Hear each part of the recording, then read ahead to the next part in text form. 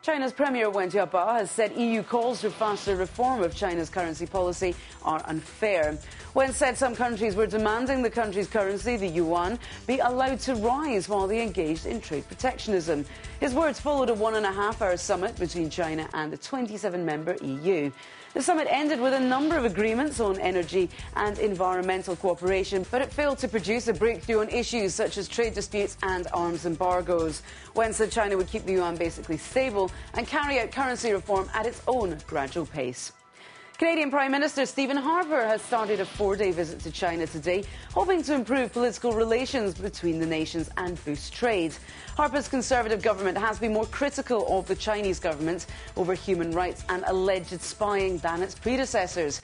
Spokesperson Dimitri Soudas said new global realities demand a modernised Canada-China relationship, although he added that the bilateral relationship would not be transformed overnight. Harper will visit Beijing, Shanghai and Hong Kong. Somali pirates have warned they will kill the crew of a Chinese-owned ship if China's navy tries to free it. One of the pirates holding 27 crew of the coal ship, the Xinhai, said they believed the People's Liberation Army Navy was planning a rescue mission. The Xinhai was sailing from South Africa to India when it was hijacked in mid-October. It's being held off Somalia's east coast. The Xinhai was the first mainland vessel seized since a 3-ship PLA Navy anti-piracy task force arrived off Africa in January. The Xinhai is one of 14 ships currently held by Somali pirates, some since April. A second round of trials involving organised crime has begun in the city of Chongqing. Leaders of 4 alleged gangs comprising dozens of members are being tried on charges including murder, illegal gun possession, racketeering and money laundering. An initial round of trials revealed collusion between gangsters and local officials.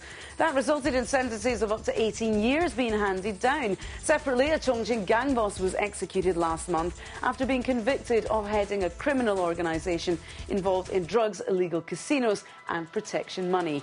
Up to 2,900 suspects, including 14 high-ranking government and police officials, have been detained in the crackdown. Police in southwestern China have captured a man suspected of murdering his parents and 4 other relatives after he escaped from a mental hospital.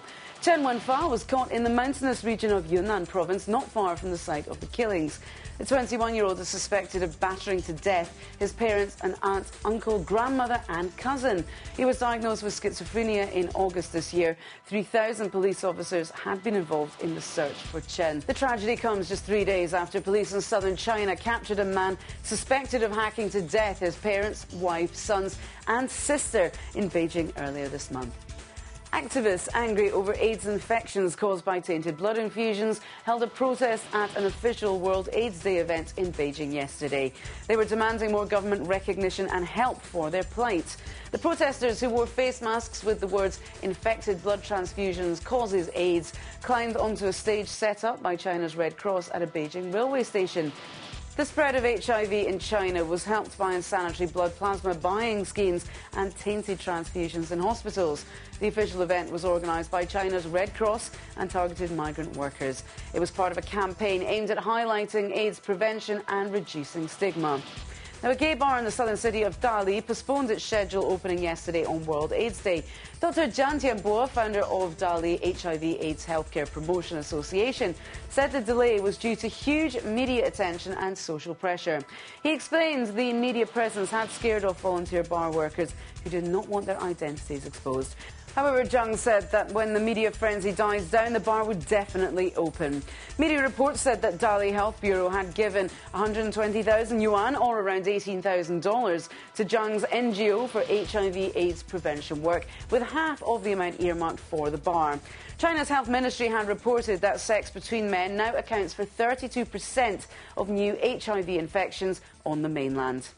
And that's the BON headlines for now, but we'll be back with more news after this.